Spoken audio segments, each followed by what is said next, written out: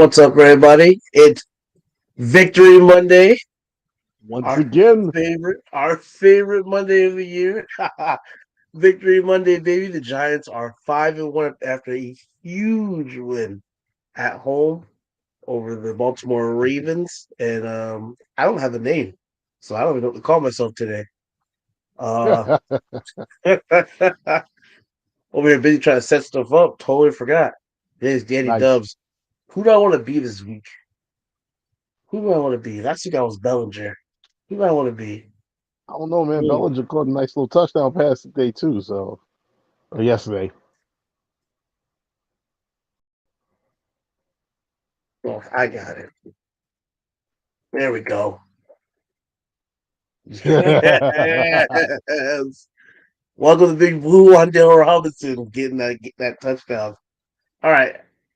So as we know, the Giants, like I said before, came off a huge win yesterday against the Ravens at home. Uh, Another big thing that was huge about that game, our boy Kayvon getting his first career NFL sack, finally got home against Lamar Jackson of all people, the elusive one himself. Lamar Jackson strip sack in the fourth quarter to seal the game effectively. I mean, what else can you ask for your first career NFL sack? Like, to get, like, for what else can you ask for, man? I mean, But there's not a lot. yeah, like a game-winning interception or touchdown to win the Super Bowl. Like, you know what I'm saying? But even a rookie debut, like that's a lot. Like, you're home in front of the fans in MetLife Stadium.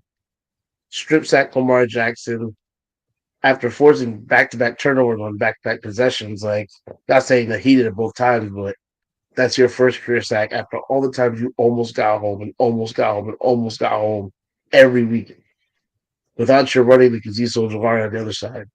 Yep. And you only hope to see what happens when he gets back and he gets back to full strength. But Mhm. KT finally gets home and to strip Lamar Jackson to force a fumble to go and win the game.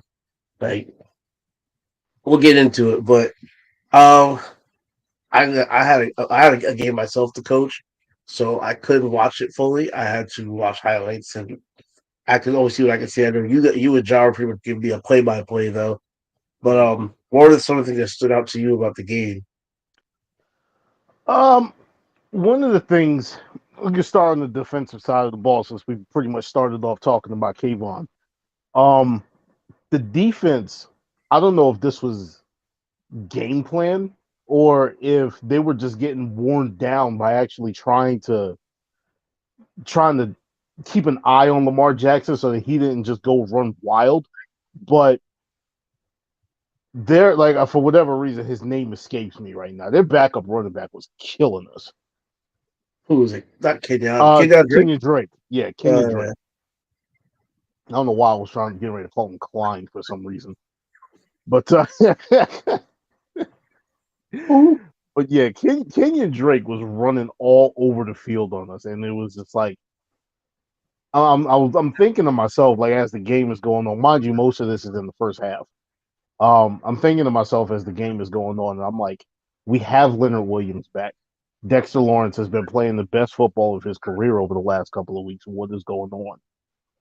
How is this happening now of all times, and especially to somebody who hasn't necessarily been at the top of their game for the last couple of years? Mm-hmm. And you still got Dobbins who didn't really play much yesterday. Like I don't know if he had gotten injured or if they were just running with a hot hand. I Probably don't know hot exactly what hand, the pitch situation count. was. I don't know. He's still working his way Yeah, back from injury. but our run defense to me was a little sketchy. And then on top of that, the fact that like the Mark Andrews, I knew Mark Andrews was going to get his. I didn't know Mark Andrews was going to get his the way he did yesterday. Um, Mm-hmm. so there are a couple of glaring things that stood out to me from the negative were the idea that we just like for whatever reason it seemed like for a while we were overmatched. I don't know if that like I said, I don't know if that was game plan, us overcompensating for Lamar Jackson, or if, you know, guys just couldn't keep up. But thankfully, like I said, adjustments were made Guys started stepping up in the second half, and we managed to turn it around.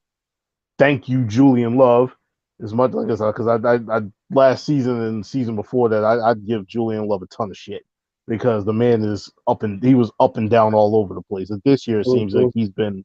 he's evened out on the upside. But like he got our first interception, not for lack of trying, but he got our first interception of the year this year, and it was a big one in a big spot. Caused a couple of turnovers at the end of the game to seal it for us, but that was a hell of a game, man. That was a hell of a game. Yeah, I mean, just from like what I saw and what I remember in the past with us, one of the big things for us was always like watching, like not over commentating, but you have to have that spy on Lamar, like we did in like past years. Mhm. Sitting that linebacker in the middle, whether it was Tate Crowder or whoever else in the past year, like I said, watching Lamar Jackson at all times. And I'm pretty sure that does lead to overcompensation Mhm. because you're just throwing an RPO you to death, RPO, RPO, RPO, hand the ball off, hand the ball off, hand the ball to the running back, and get the whole D line, get the whole linebacker, everybody slanting that way and sliding that way, and have your linebacker try to flow over that. Then that one time Lamar decides to pull it, he's gone off the field. Yep. So it's like you got to play it both ways. It's tough. You have to just kind of play it both ways at that point. Like you can't oversell on the run, but you can't just completely disregard him. It's not like Tom Brady's back there handing the ball off. Like Mhm. so, it is tough. It's tough to play, and we always struggle with like scrambling mobile quarterbacks. We played the Ravens last year or 2 years ago in Baltimore. Had a hard time with Lamar Jackson. So like it was just one of those things. Um, like I said, defensively, just watching from the highlights, everything that I saw, the Julian Love pick, Julian Love interception was huge. It was a really bad play by Lamar Jackson. Like, I understand he was trying to make things happen, trying to make a play happen, but just pulling like the cardinal sins of being a quarterback, like you never throw back across your body, never throw Mhm. back across to the middle of the field, into traffic or anything. You're just asking for danger. Off your back foot, everything. Right. Like everything you could have possibly did wrong, you did wrong in that play, Lamar. Like, and I'm happily we finally stepped him in and made a play. I think he threw it to like his fullback. I don't even think it was to Mark Andrews. I think it was like when I saw the replay, it was like 42 jumping in the air. So I'm like, you threw it to your fullback.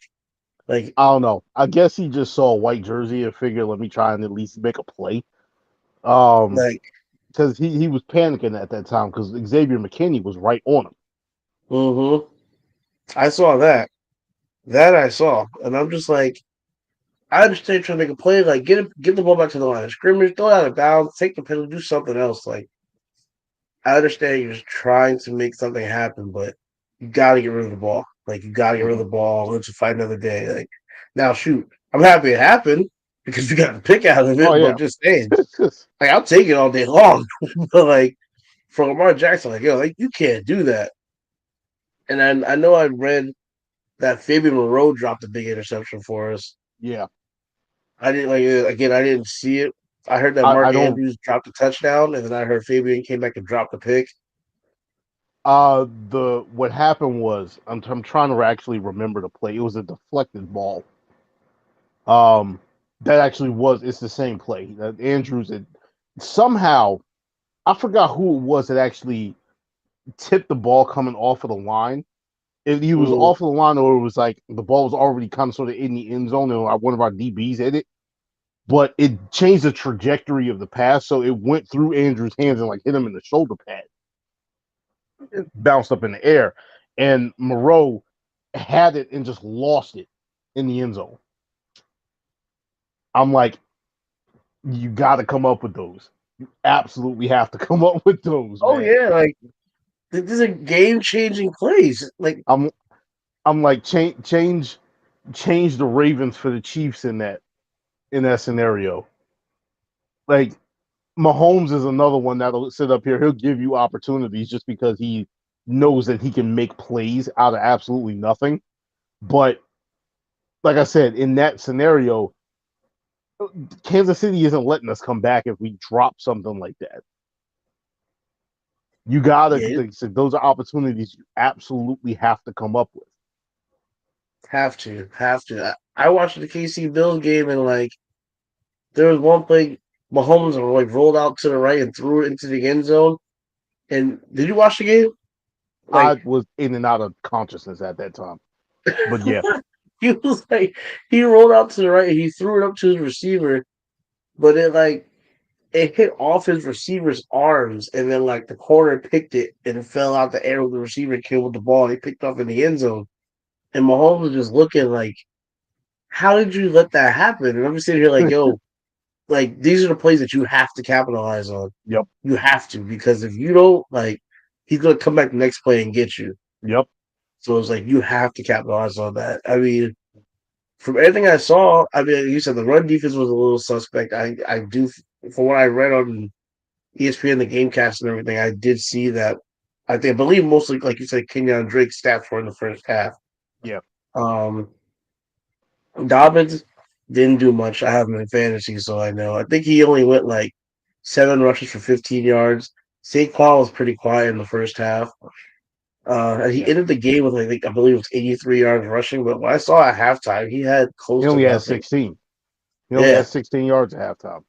right. That's what I'm sitting here like. I'm watching the stats and I'm just like it's just it it just screamed like another second half. It screamed like another second half comeback if we made the correct uh, adjustments and everything. But I was just reading it. I was okay. Like Kenyon Drake is running on us. Lamar's gonna get stats, but like if Lamar's having like huge passing days, is when you know you're in trouble because I don't see too many 300-yard passing games for Lamar Jackson, like Mhm. 400-yard passing games. So when Lamar's stats were a little up there at halftime, I was getting a little iffy on it.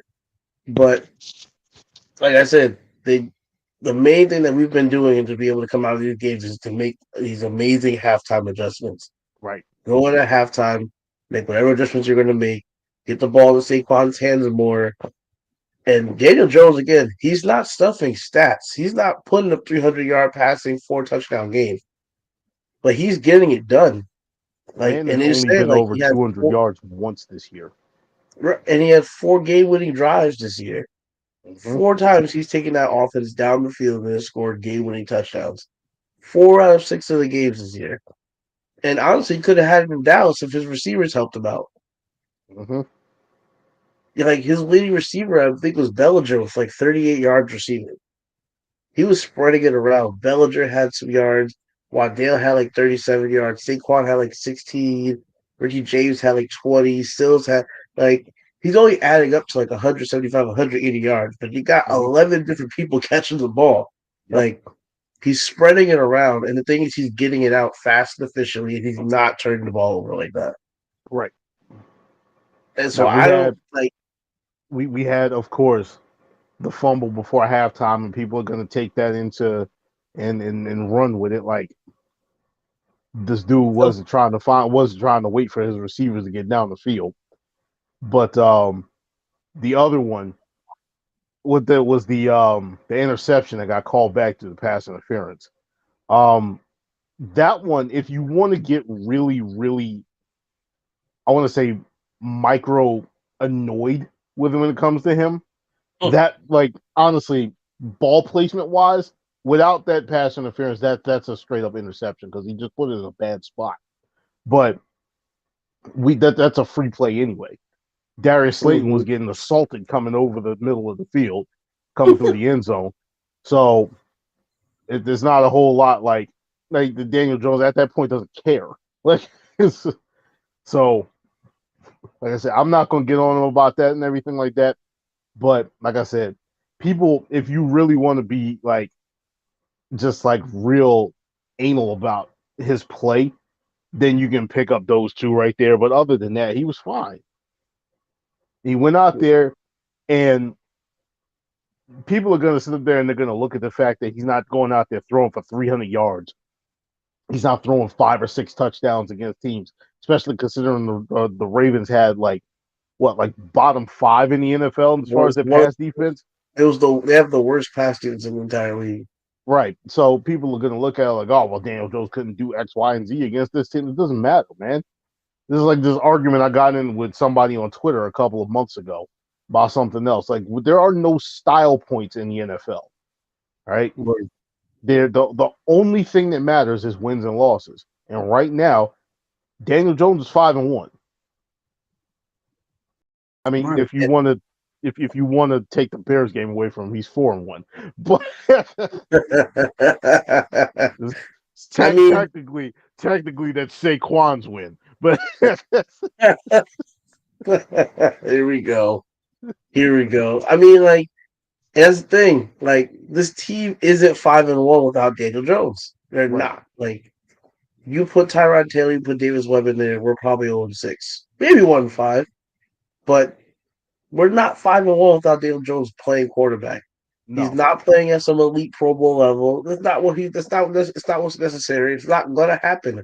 Right now, you have two bookend tackles. Andrew Thomas is one of the best left tackles in the NFL. Evan Neal is coming along and had his cleanest game of the season against a team that is known for their pass rush. Then you have Mark Lewinsky, who's going to be a decent starter. He's not going to be a Pro Bowler. He's not some All Pro guard. He's not Quentin Nelson. Then you have to still fix your left guard and your center position. Like these are still two positions to beat. So you have 3/5 of the line. So you're working with that. You still have Saquon's come back and he's looked electric. You still have nobody at receiver. Like your receivers are not known commodities. You have David Sills who can't get separation. Richie James who flashes some potential sometimes. Wandale just came back. You have two good tight ends and a rookie in Bellinger. Tanner Hudson's come in and been a pleasant surprise so far. This is not the Chiefs offense. Like this is not the Bills. Like you don't have a great O line. You don't have a complimentary run game. You don't. I mean, you have a great run game, but you don't have the O line. Saquon's doing a lot of this stuff because he's Saquon. Like let's just put it how it is. mm-hmm. And Josh Allen, you don't have Gabriel Davis. You don't have Stephon Diggs. Like you're not the Chiefs. You don't have you don't have Mahomes. You don't have the 3-headed monster at running back. You don't have you don't have it. You just don't have it right now. So for us to be in the position we are sitting in at 5-1 with a receiver that if you weren't a Giants fan, you couldn't tell me who our starting receiver is. Like if you're a Titans fan, you'd be like, "Yo, who are the Giants number three top receivers?" You tell me. Like you couldn't tell me if you weren't a Giants fan. Like you couldn't. The only people you can name on that team are probably on the offense. I got you for Andrew Thomas, Saquon, and Daniel Jones. So the fact that we're 5-1 with with this offense, like, come on, like what, like to me, it's like you can't, as a Giants fan right now, you can't ask for much more than we're playing hard, we're making great adjustments, and the best thing that I've always brought this up before that we have not done in the past that we are finally doing is finishing. We are Yes, finishing games. We have the ability to finish. Like when TC was here, bend don't break. We've been, but we have not broken. Like that is the biggest thing to me so far this season: ability to adjust and to finish, to get leads and hold on to them. How many times have we been watching the past couple seasons where we sit up here and the Giants pull a late lead and we're up 5 points with 55 seconds to go, and the other team marches down the field 75 yards and scores a touchdown with 4 seconds to go in the game? like the defense is just flat out Swiss cheese. Like, other team has 55 seconds and three timeouts, and we're just playing straight prevent. Like, just like it's such a traumatic experience. Just remembering, like, Like oh my god, seriously, and I don't want to target any one defensive coordinator, but the most glaring one is the most recent one. Like I said, is the Patrick Graham. Like I said, I'm not going to the here throw him completely under the bus because he did have a lot of respect from his players, but he was 100% about that bend but don't break nonsense, right? Wink Martindale has this defense balling, right? They are out there and they are legitimately just throwing caution to the wind. they're shutting down, you know, they're shutting down some of the best quarterbacks in the NFL over the last 2 weeks. Aaron Rodgers, Lamar Jackson. Granted, now people will sit up there and be like, "Oh, well, Aaron Rodgers ain't got no receivers." Neither is Daniel Jones, and Daniel Jones is winning. Yeah, I don't want to hear it. Aaron Rodgers didn't have any receivers against the Jets yesterday either, and he just got smacked around. We didn't have any receivers against the Ravens or the Packers or the Bears or the Panthers or the Titans. So I don't want to hear it.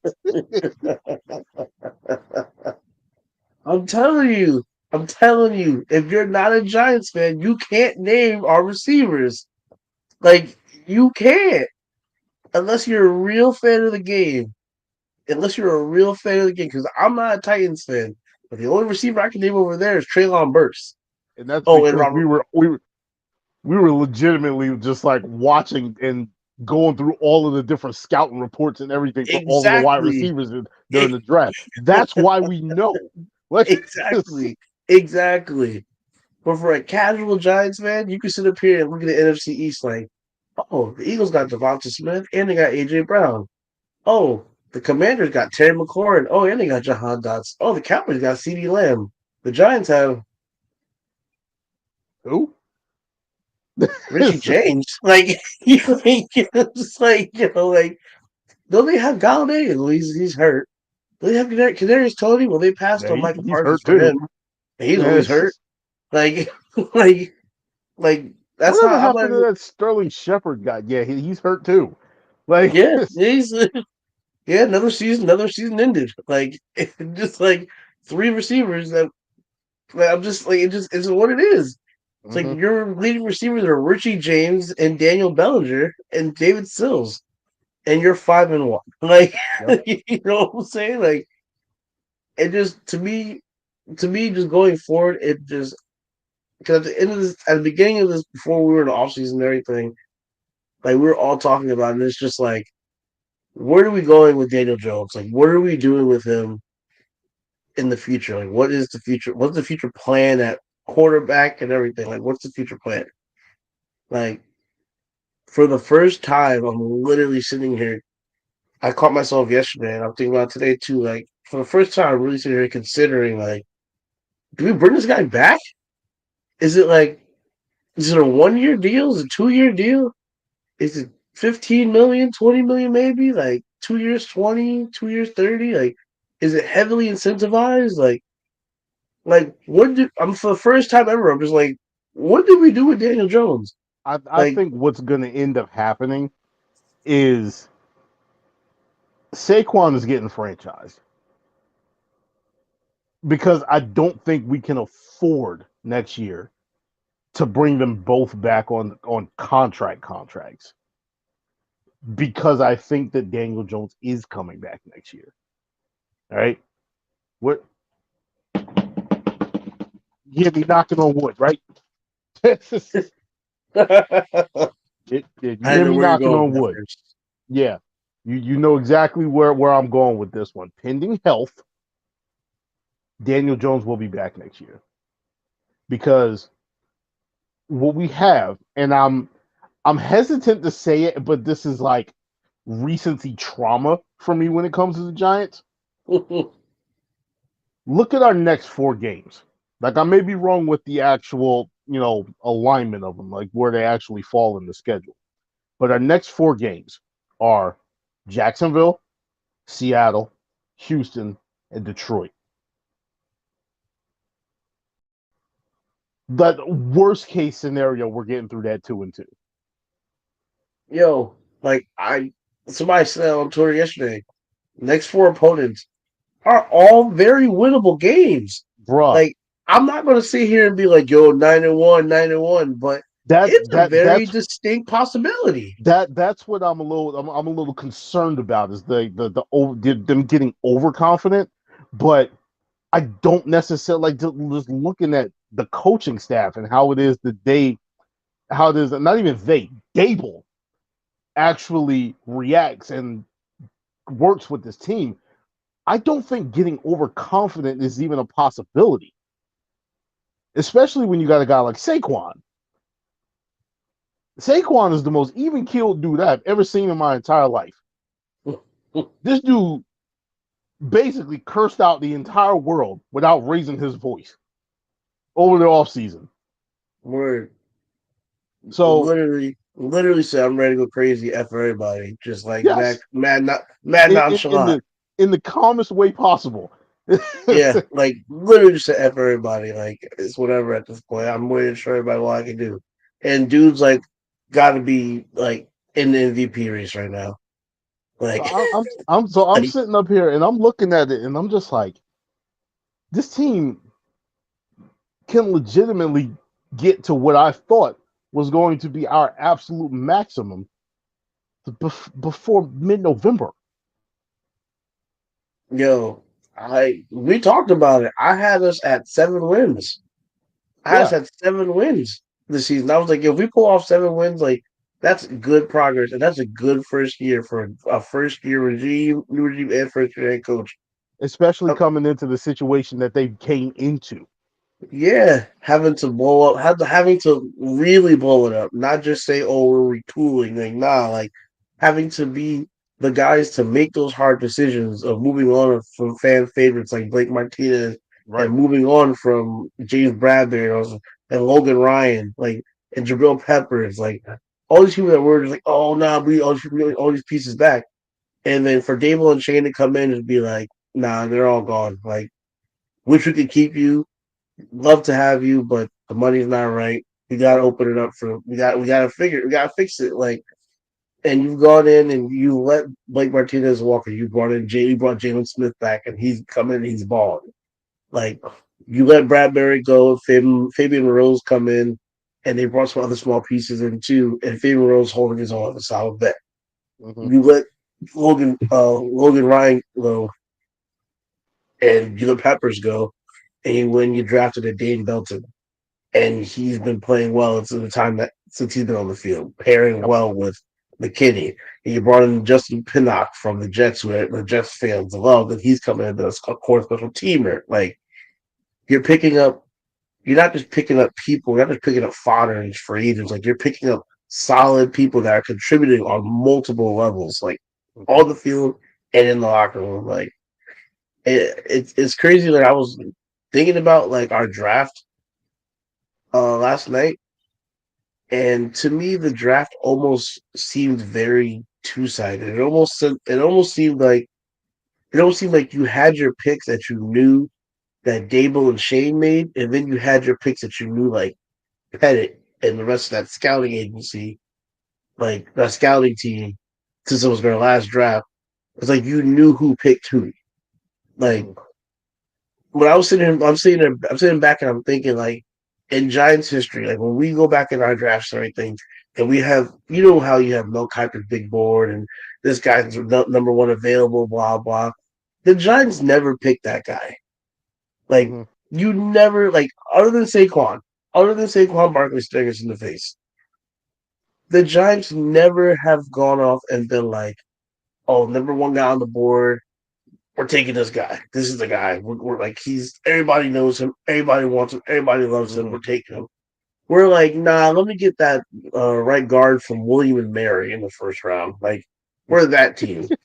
Like, that's always been us. Like, always been us. And we sit there year after year, like, why? Like Josh Allen staring us in the face. We took Daniel Jones. It's like the quarterback from Duke or the best edge rusher in the entire draft from Kentucky, or the fourth best quarterback from Duke. We take the quarterback from Duke. Why? Like, why? Why can't we make the picks? So then you bring in Dable, you bring in Shane, and we're sitting here at 5, and we're like, okay, Kayvon Thibodeau is staring us in the face, like staring us in the face. For those who remember, we were at Oak. I don't know if you could see me on camera. I was losing my mind when we were Like, on the clock. I'm saying, because you know us, you know the Giants, you know we have to overthink everything. You know it. You know, like, if this was Dable and Shane, if Dable and Shane had the last pick, we wouldn't have be having this conversation because we wouldn't have Tony. We would have had Micah Parsons. Mhm. Like, they wouldn't have drafted Kadarius Tony. But I'm sitting here like, yo, we're sitting here at 5, and I'm like, we know the Giants. I'm just waiting for us to do something stupid and take a receiver or take a safety or something stupid that we don't need at pick 5. The Giants are gonna take Kyle Hamilton. I'm just waiting to throw my plate of wings right now. Like I'm just waiting. And we sat here and took KT. We took the big name. I was thinking we really took the big name guy. Like I'm so surprised. And then we doubled back at 7 and took Neil. And I'm like, yo, we really took the big name guys. Like this was never happened. We took the Mhm. big people, and then so I'm like, this is like a Shane Dable thing. And then you go back in the second round and you pick Josh Azudu, like a guard from UNC, and I'm like, and this and is that giant Wandale shit. Like, and Wandale yeah, because and to be honest with you, like I warmed up to Wandale over the course of the off season, yeah, I but did when we too. made that pick, I was like, you got Yeah, to be kidding me. yep. I'm like, you go off first round, you took Kayvon and you took Evan Neal. I'm like, these are big name people, big name picks. This is Shane, this is Dable. Then you went back and you picked Josh Azudu, a guard from UNC that nobody's ever heard of, where people were like, oh, he's like the 18th ranked guard on my list who was going to be like a 6th round pick. I'm like, this is that typical Giant shit. This is Mhm. that Chris Pettit, the other scouts, area scouts. This is that Giant shit. This is what we do. We're wasting valuable picks that in this team, the way we blew this team up, the way we're so strapped for cash, that we blew up this team that we're going to take a 2nd round pick and take him on a developmental piece that may one day see the field as a starter. In the 2nd round, on this team, no. That 2nd round pick needs to be a hit. It needs to possibly be a day one starter. Mhm. But in typical Giants fashion, we go back and we take the, a damn near undrafted guard in the 2nd round, where people like N'Kobe Dean are staring us in the face on the board. Mhm. Like, and then you go again, like you said, you go back and you get a Wandale Robinson. I'm just like, again, why do we have to revert back to this? Like, why do we have to go and try to find everything has to be a diamond in the rough? Everything we found, ever since we got Victor Cruz, everything has to be diamond in the rough. We can just find that guy that nobody else is looking at. We'll get him, and we'll like geniuses. Like yo, sometimes you, sometimes simple is fine. Like sometimes if the guy is the number one ranked guy on the board at guard, he's there for a reason. Like it's okay to take him. Like there's it's crazy to me to see like if Shane and David would have had their guys in and have full control of that draft and have their own boards, their own real new people, like where the draft would have taken us, what the course of that draft would have been. Like Mhm. it's just interesting. It's just crazy to think about. Like again, you have a instead of freaking Azudu, who else could we have taken? Instead of one, even not like Wandale, like who else was even available? Like the Belton pick, I didn't mind. The Bellinger pick, I like, but it's just like you could see almost the personalities and who was drafted. And it's just like for a team where we are, it's like if you could hit, if you could hit, you're not gonna hit on all your picks. If you could hit on most of your picks, like it's only like it's only gonna help you moving forward. Look how the Bills were built. Look at how the Mhm. Bills were. Look at how the Bills are worked. Like look at their picks. Look at their mid round picks. Look at their late round picks. They're all people that are hitting and are helping the team in multiple ways. I don't know. It just like I said though, I'm just interested to see going forward what happens with a lot of our picks and a lot of decisions because again you have decisions to make on Jones, on Barkley, Dexter Lawrence is coming up. Julian Love is coming up. James like Julian Love's got to be coming up soon. Like before you know it, Thomas is going to be coming up. Like there's so much coming up soon. It's just like Well, with Thomas, I think what's going to end up happening with him because he's not eligible for it until the end of this season. I think the Giants are just going to extend him like immediately. And I think they're going to do it so that it actually lines up with the end of his contract. So instead of him just sitting up here, you know, or us just sitting up here waiting until his contract actually runs out, I have a feeling that they're going to sit up here and they're going to put it out there and set this junk up so that whatever extension that they give him actually starts after year 5. Now they can finagle the numbers or whatever to pay him more if he wants to be paid more, which he probably does. We're out here becoming the best left tackle in the NFL. but but like I said, I can see us actually doing that in order to knock that piece right off of the board to begin with. Now, sidebar. Funny how we drafted the worst of the left tackles or whatever that year, according to all of the scout, all of the experts, and all that other nonsense. Funny. So I'm like, I was thinking about that the other day too. I'm like, I'm sitting here thinking, and I'm just like, yo, it was Thomas, Wirfs, Willis, and Becton. All four were sitting on the board. And we're sitting up here. We took Andrew Thomas, and it was met with immediate criticism. Mm-hmm. Immediate. The Giants screwed up another pick. You wasted this. You wasted that. He was the worst tackle on all four of them. Like he was just a safe choice. When you could have had a freak like Wirfs or Willis, and Becton is just this and that. Becton's over here with a knee cap that's in half. Willis and Wirfs are both right tackles.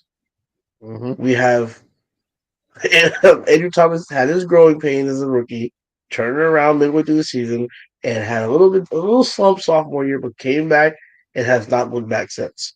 Like I keep telling everybody, right? The exact same thing that happened to Evan Neal at the beginning of this season happened to Andrew Thomas at the beginning of his rookie year as well. He sat up there and he had a bit of murderer's row to start his career. And then once he got through that trial by fire, the man became a solid piece of iron. Yeah, And like the funny thing about it is, like, I haven't seen it yet, so I don't think Talking Giants has put it up yet. But every week they do an offensive line report, right? So they go through and they talk about the offensive line and everything like that. And I'm waiting to see it, just because of the fact that throughout that entire game, I specifically listen for certain people on the offensive line. I want to hear if Andrew Thomas is mentioned. I want to hear if Evan Neal is mentioned. from what I I heard, heard I did not hear either one of their names on Sunday. That is the ultimate praise for an offensive lineman. If you don't hear their name, that means they yeah, did their damn job. yep. That's the one position you don't want to hear your name called. Mm-hmm. You want to hear a quarterback throwing touchdowns. You want to hear running backs running touchdowns, receivers catching, DNs getting sacks and tackles. You don't want to hear offensive linemen's names every play. Like Mm-hmm. that's the position you don't That want to that that hear. means you either giving up pressure or you causing penalties. Neither one of Yep, which are good. I mean, unless yep. you're Andrew Thomas, in which you catch touchdowns. But I digress. No, from every week I'm on because I'm on Twitter. I'm always looking for information and news and everything. It's like every week it's PFF, and even though I kind of take PFF with a grain of salt I 'cause do too. I feel like PFF doesn't even really like watch football. I feel like they just study numbers and punch numbers into like an Excel spreadsheet and just print it with pictures. I don't think they Mm-hmm. even watch football, to be honest with you. But like every week, it's just Andrew Thomas, top five this, top four this, this and that. And not even just PFF, other people, beat writers and people from other teams. Andrew Thomas, Andrew Thomas. He's this, he's that. He's one of the best tackles. I'm not going to say young, one of the best left tackles in the Yep. entire league. Not Mm-hmm. young left tackle, not developing, up and coming. No, one of the best left tackles in the entire NFL. Yep. Evan Niels has taken some lumps, yes, but again, same thing. I got the same report. Evan Neal had his cleanest game as a pro football player on Sunday. You know what I'm looking forward to? The second game against Dallas. That right there is going to be Evan Neal's test because Demarcus Lawrence took him to school. You got another shot at him. As much as I can't stand Alabama, one thing they do not do is lose to the same people twice. I'm sure. 'Cause when that dude came out, he was just talking about the NFL and it's not a big adjustment for him, and the speed's a little this and a little that. And like you said, he got taken to school in that Dallas game. And Mm-hmm. I know after that he was just like, "Oh, it's like this. Mm-hmm. Say no more. Yep. Say no more. I understand. I understand the assignment now. I Let me got you. get in the lab. Let me Mm-hmm. get in the lab real quick. I feel it. I hope you're right. I hope he comes back next Dallas game ready to work. And you know what could also happen? He got to see the Eagles twice still too, and he still Yep. got to see the Commanders. As much as we don't like the Commanders or the Eagles, both those front sevens are no joke. Yep. The Commanders poured assets into that line. Chase Young ain't playing, but you still got Montez You said Sweat. You still Josh. got Well, I was about to call him Josh Sweat. because Joshua's on the Eagles. Like, you still got Montez Sweat on the Commanders. You still got Deron Payne. You still got Jonathan Allen. Now Mm-hmm. the Eagles got Brandon Graham, and they got Hassan Reddick over there now, who destroyed Andrew Thomas last year on the Mm-hmm. Cardinals. Like, you still got to see some premier pass rushing teams. So I want to see what our bookend tackles are going to do. I know our interior needs work. Like, Gwinsky is good in the run game. He struggles in the pass game. But other than him, like, we got some people that are going to need some work. Like, Feliciano or whoever the heck is going to be playing left guard in that game, those games. Feliciano's been pissing me off. I'm serious. He's a 1 year deal. He's not coming Mm-hmm. back next year. I doubt if he is, it's going to be a backup role. And you know the good news that everybody got is that Nick Gates is back in practice. That's Yes. some of the biggest news of the season, on or off the field. Nick Gates is back in practice. That dude is practicing, and if that Right. guy can get on the field, look the hell out. Now, for anyone who does not know about Nick Gates, all right, Nick Gates, undrafted free agent, correct? Yep. Plays every single position on the offensive line.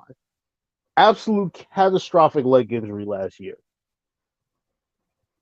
But this man, in the very, very, very small sample size that you have, and I always try to take a small sample size with a grain of salt, but when your small sample size includes pretty much dominating Aaron Donald, To the bruh, point where you pissed him off and he tried to fight you yes. because my man tried to rip Nick Gates' helmet off his head and Mm-hmm. tried to hit him with it too. I'm saying, if that is your small sample size, I am looking forward to getting you back on the field. And if he I'm does, saying, I'm saying, man, if you can get him back at center with Gowinski and our booking tackles, you just have to. I'm just drafting the left guard next year because I don't know if this whole Azudu thing is going to work out. I don't know if Bredeson's the answer. I hate this musical chair in that left guard. It pisses me off. Feliciano is a one and done kind of thing, as far as I believe. If he does come Mhm. back, it's going to be on a backup veteran man. He's going to be more of a player coach kind of thing because he's still playing with the Bills. He knows Bobby Johnson. He knows the O line coach. So he's going to be back to provide some depth and some veteran leadership. But if, or even if even if Gates comes back and plays guard, either or, like, Mhm. yes, I would like him at center too.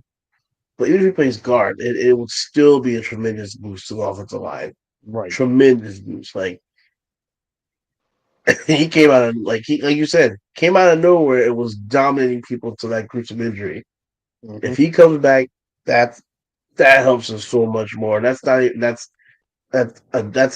a draft pick that we can put towards something else. Like And and, and that's that's not even bringing up Shane Lemieux, who could possibly also come back. Now, granted, Lemieux isn't the best in pass blocking either, but the man is a monster when it comes to run blocking. So, like you, as long as like you got people there that can provide at the very least depth to your offensive line, and you know where it is that you also need fixes just in case. But getting to a couple of things, like I don't want to get too far down the line. Yeah, no. Looking at what we got coming up, especially considering what we've already been through. This team should be getting better as the season goes on, which is why I'm sitting up here and we're looking at potential 9-1 to start this mess out if everything goes right. But I hear you. We've already been through this. But we're sitting up here in a position where you have, and I don't want to call them get right games, but you had the opportunity to actually get this team right. You get guys back, potentially. Like I said, I don't want to throw off any continuity or anything like that, but look who it is that could be coming back in the middle of this 4-week stretch. Your Kadarius Tonys, your Kenny Galladay's. As much as like I'm sitting up here and I'm like, freaking Kenny Galladay, like when are you gonna play for your when are you gonna play up to your contract or whatever? Right? At some point. Now, granted, I don't know what the situation is with his knee. I heard it was an MCL sprain. I think that and me not being a professional athlete took me 2 weeks to get over. But like I said, I don't know exactly how badly sprained it was, but again, he's been out for 2 weeks now. I think he got hurt in the Bears game. So 2-3 weeks coming off of that. Now I have him back by Seattle. So you're like if he's sitting up here and if he is any kind of competitor, not one that's just gonna go out there dogging it. If he's any kind of competitor, you're looking at your team is 5-1 with little to no contribution from you. Go out there, show them why they should not be cutting you at the end of this season.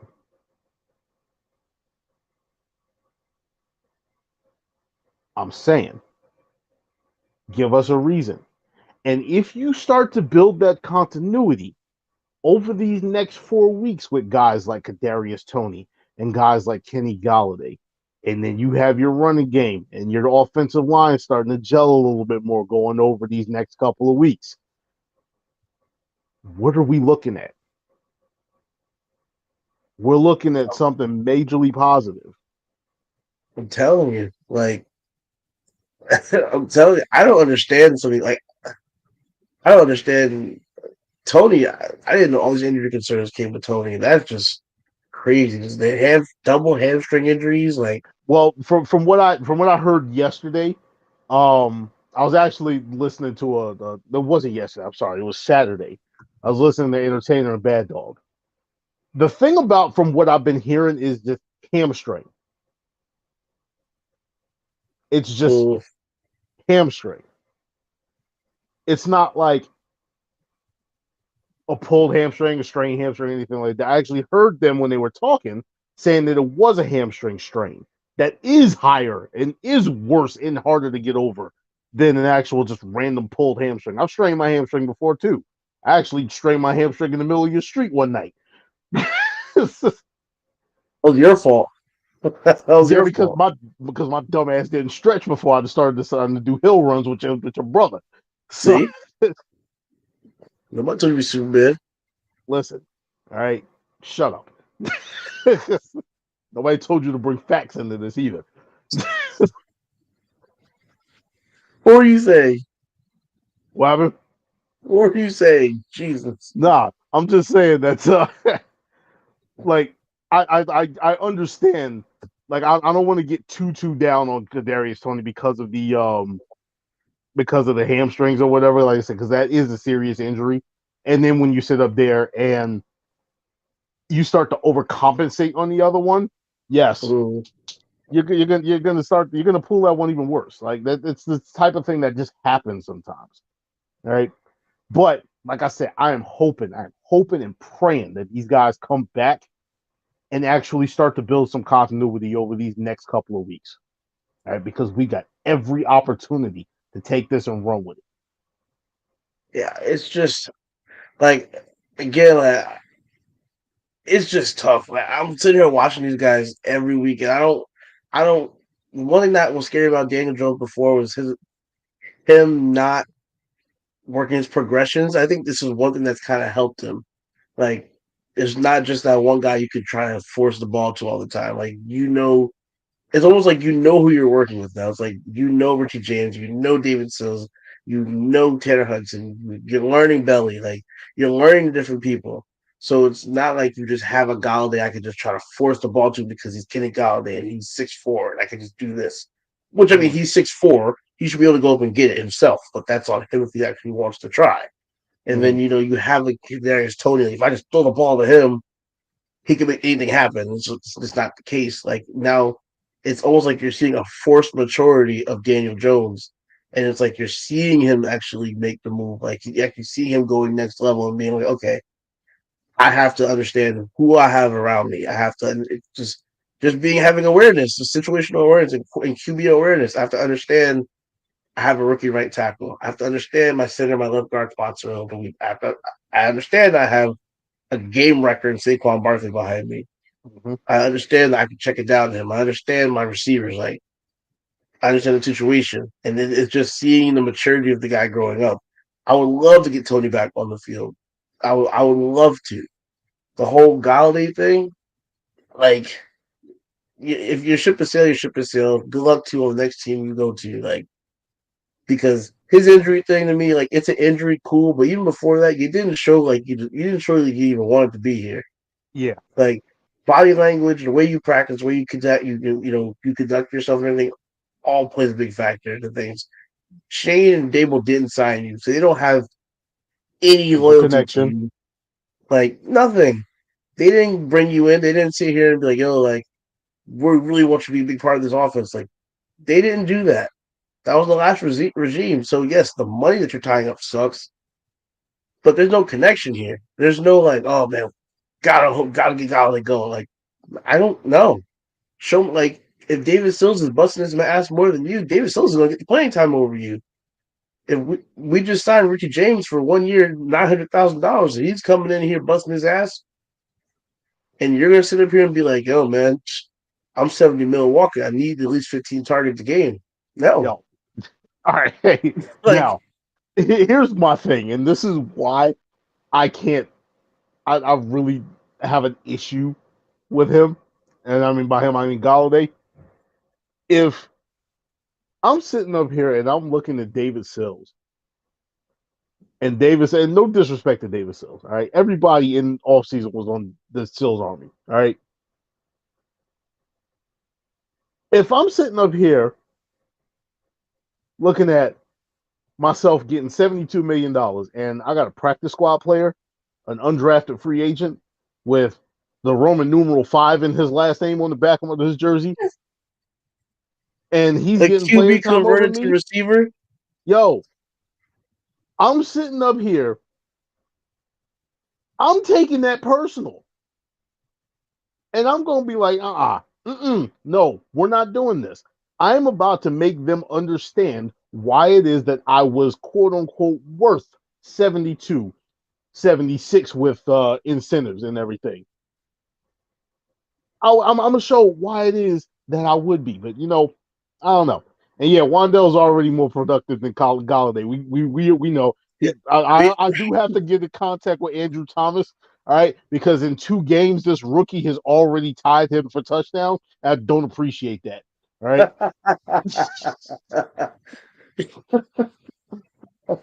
yes, Christine, we agree with you.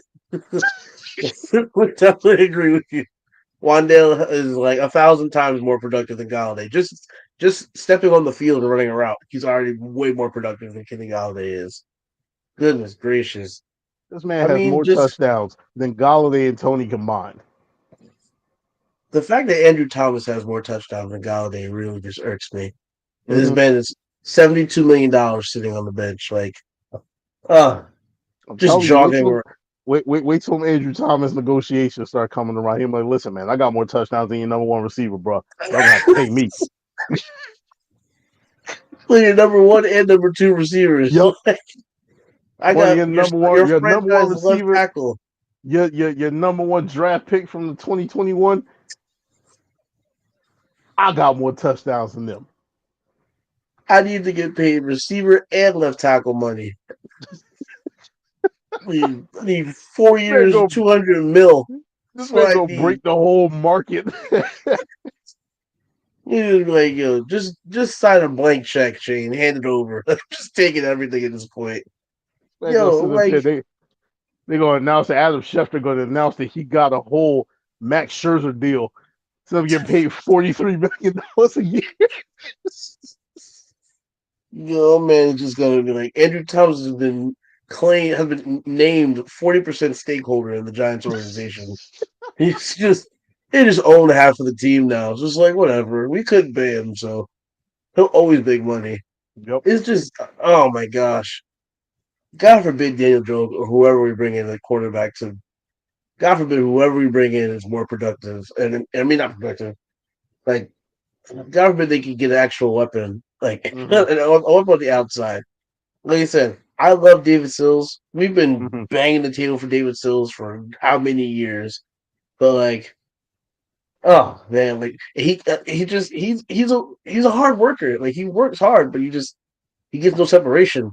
Right. Like as much as I love And David Stills. I can't put this as entirely his fault, but No. every time I think of him slipping at the end of that Cowboys game, Uh, and I'm just like, God damn it! Like,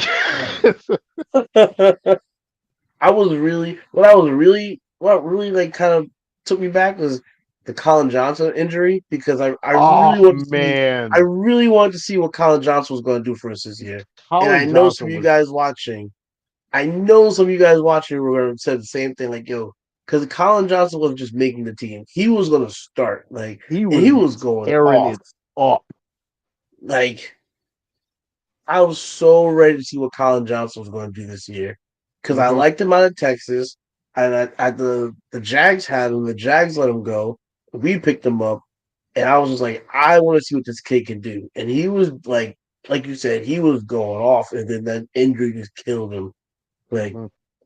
when we move on from Galladay, like I said, we'll see what happens with.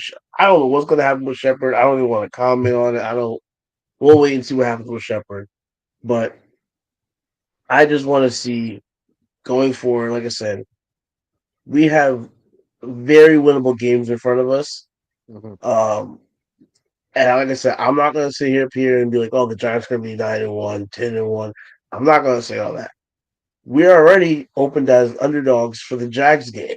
Like they already put out the points and everything for us. The Giants opened up as I think it's 3.5 or 4 point Uh-huh. underdogs for the Jags game, like already. Uh-huh.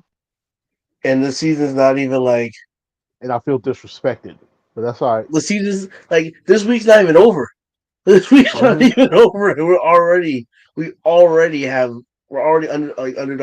underdogs for the game. So Chris just says, yeah, it opened at 3 point underdogs against the I mean, Jags. granted, that basically means that it's a push because the home team automatically gets 3 points. But still, the Jags are 2-4. There's absolutely no reason why we should be underdogs in this. Fine with it. Keep doubting us. I'm fine with it. Like Yeah, keep you know, doubting us. Like I'm sorry. I did forget that we're the worst 5-1 team in the NFL. But yeah, we're gonna drop that real quick. Like we're gonna drop that. We're gonna drop that whole 5-1 model. Like we're the worst. Yeah, okay. We're not worst anything at 5-1.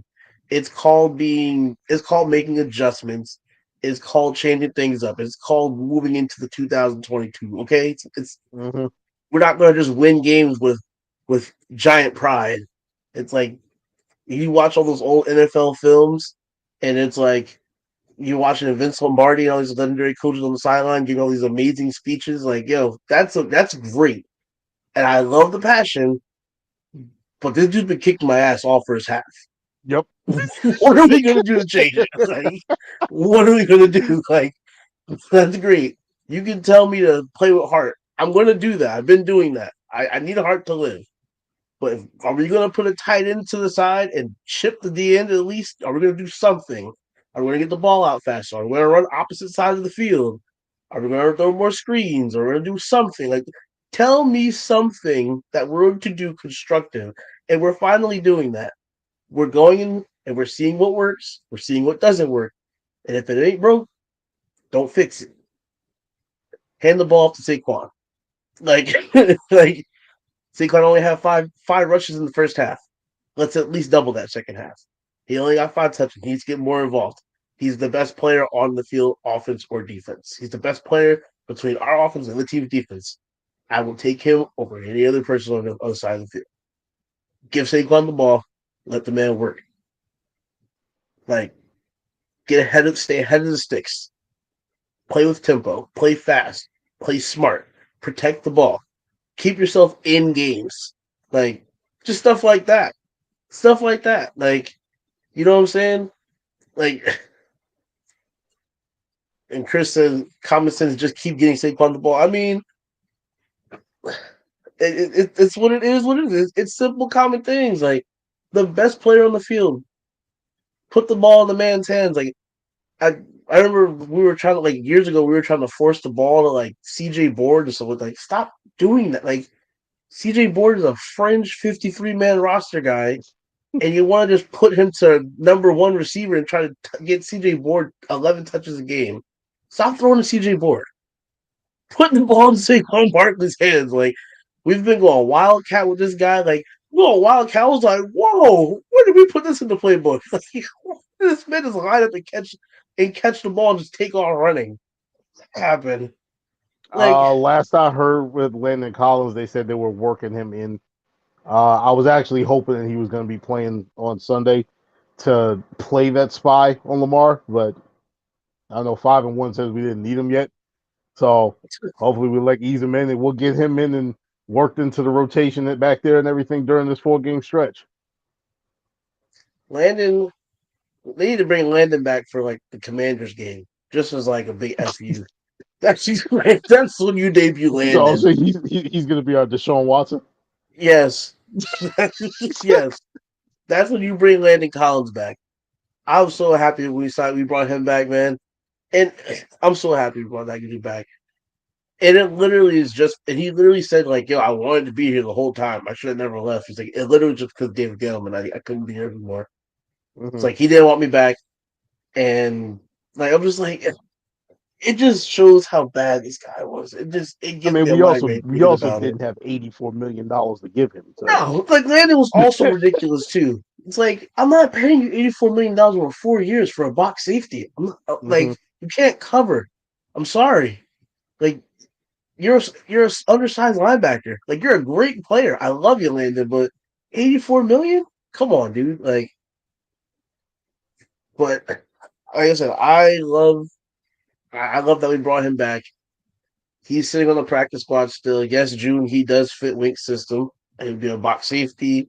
He'll be coming in blitzing. Hopefully, get after the passer, provide some pass rush. It's just good to see that guy back in Giants blue. Can't wait to see him on the field, though. That first sack he gets in MetLife, Oh, the whole I would say the roof is gonna blow off, but oh yeah, like lack of roof. I'm saying.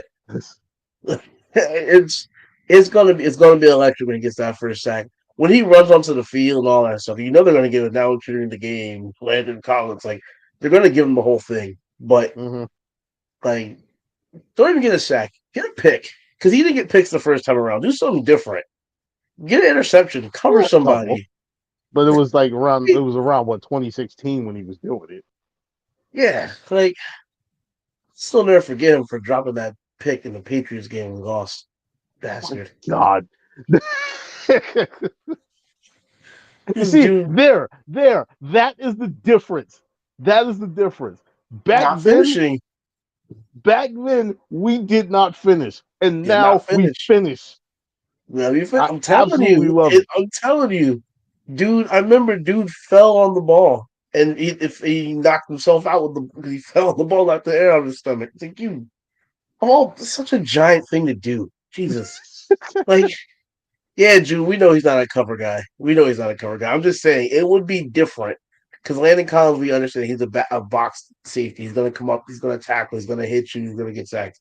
I'm saying it would just be a weird thing if Landon Collins got a coverage interception because he's not a coverage guy. It'll just be weird. But yeah, when Landon gets back on the field, it's gonna be great, and I can't wait for that. I'm just mad that we lost Wyatt Davis. I'm still low key mad about that. Yeah, you and me I'm low both. key mad about that. Freaking Saints. You and I'll me never both. forgive them.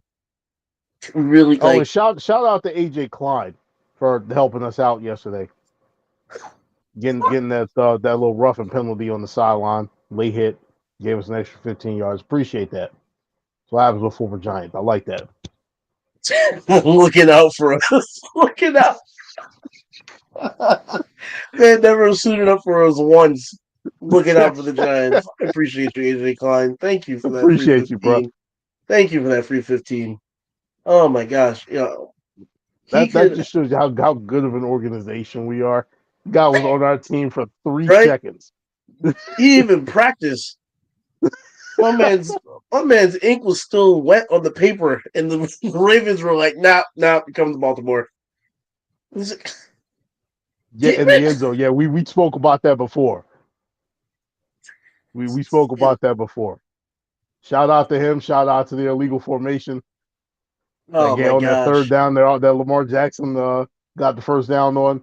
That the very next play was the fumble in the intercept. Or not fumble, the bad snap in the interception. Oh, Listen, oh yeah, I forgot. Yeah, that was and all in one like I play. It said, was a horrible play. haters will sit up there and they'll come in and be like, "Yo, that's all luck. That's all this. That's all that." You know what? Great man by the name of John Cena once said, "Luck ain't nothing but preparation, locking heads with opportunity." All right, we prepping. We found that opportunity. We capitalized. All right, so f- your luck. I'm saying the ability to finish is what is made us, what is separating us from a 1-5 team to a 5-1 team. Mm-hmm. The ability to finish. And I'm telling you, staring down the barrel of those next 4 games, it looks it looks very winnable. I'm not going to sit up here again. I'm not going to sit up here and be on some. We're going 9-1. We're going 10. We're going to Super Bowl. I'm not. I'm not Dallas. I'm not. Well, it's our year. I'm not that guy. I'm not a Cowboys guy. But look at our schedule, bro. Like it's very winnable games. What Just I'm like I said, what I'm putting out there into the universe. These next 4 games, no game in the NFL should ever be considered practice. No game in the NFL should ever be considered a what do you want to call it, a formality or anything like that. But these next 4 games being as winnable as they are, this is an opportunity for the New York Giants to bring themselves from where they are up into that next level. And by that I mean getting everything going the way that it should be. you know what I love too. We're not playing. I don't, in my opinion, I don't think we're playing down to people. I think we're just playing our game. Right. Like I don't think it's like because we can come in there against the Jags. The Jags start off all slow and sloppy. Then we'll start off all slow and sloppy, and then it'll be like a 3-3 game, and then we'll go down to like just a busted play here, busted play there. Like, nah, it's like you want to play that way. You want to play sloppy? Go play sloppy. Cool. We're gonna play our game. We're gonna run the ball to Saquon. We're gonna run bootlegs off of it. We're gonna run play action. We're gonna hit. We're gonna stay ahead of the change. We're gonna be efficient. We're gonna work way down the field. We're gonna run clock. It's gonna be like we don't care if we win a game 7-0. We do not care. We're going to play Mhm. our game. Like we're not out here bombing the ball every play. Like we have Jerry Rice on one side and you know T.O. and Tim Brown, and we're not playing like we have Ray Lewis and Barry Sanders and Deion Sanders. But we're not playing like we have all Hall of Famers. We're playing our game to our strengths. That's all we're doing. and we're literally just taking it one game at a time and approaching every game like it's one single thing. Not gonna get this huge big picture, but I do love that we are keeping receipts. We are keeping receipts. And I do love. I do sit up here and I love watching every week. Every analyst has Giants L, Giants L, Giants L, Giants L. Oh yeah. Every week, every person, every person sits up here and says how bad we are and how much we look like this. It's only a matter of time for this. I have this guy's losing, and every week, all we're doing is going out and playing our game. Playing our game. Oh, That's it. I was waiting for it this morning. I was waiting for it this morning. I happened to catch it after the fact or whatever because I was at work.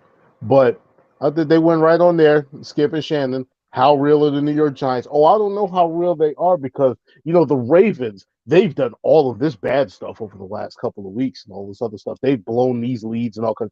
Just you can't give us any credit. That's fine. Okay, Like okay. I don't care. Don't give us credit. Keep hating on us. I don't Keep care. that same energy. That's it. Chris Keep it. said no Eagles on the team. Control the clock. Keep the defense in fresh and play Giants ball. That's it. And Chris says Mm-hmm. out coaching, and it's all true. There's like on this team, as far as I look at it, like I don't see anybody being thinking they're bigger or better than anybody. I can look at the 11 on the offensive line. I can look at the 11 on offense. I can look at the 11 on defense. And there's nobody on the field that I'm looking at that screams ego. Like there's nobody there. Nobody. Like there's nobody there that the only people that I can see for maybe like is on the sideline, like a Galladay. Like I should be playing regardless. That's why Yeah. you're standing next to me. Like that's it. There's no other Eagles. And like Christine said, we're just out coaching teams, and I love that too. But yeah, that was a good episode. Yeah. I feel Unfortunately, good. I was gonna have to say we're gonna have to wrap it up. I'm looking at my battery right now. It's looking at like 10. So This guy can't charge anything. Oh my hey god. man, look, I was sitting up here, I was charging the phone up or whatever, and that junk was just like, nah, bro. No. Just get it done. It was like just get it done because I'm not gonna be done anytime soon. So I'm we like, all also right. had to we also had to talk about last week and everything. So we had a lot to get out from the last 2 weeks of Yeah. W's. 'Cause we were sitting up there we're We had waiting to for our stop Jets over. fans colleagues. And Yeah, I know. Freaking Jets fans. Always late and shit. I mean, I Dang. mean, Jaquan was ready, but Paul don't want to go. He don't want to go live from his son's soccer practice. He just take one for the team, Paul. This Yes, is we are horrible awful, human man. beings, but I don't care. All right, I already accepted I was going to hell a long time ago. But you got anything else, man?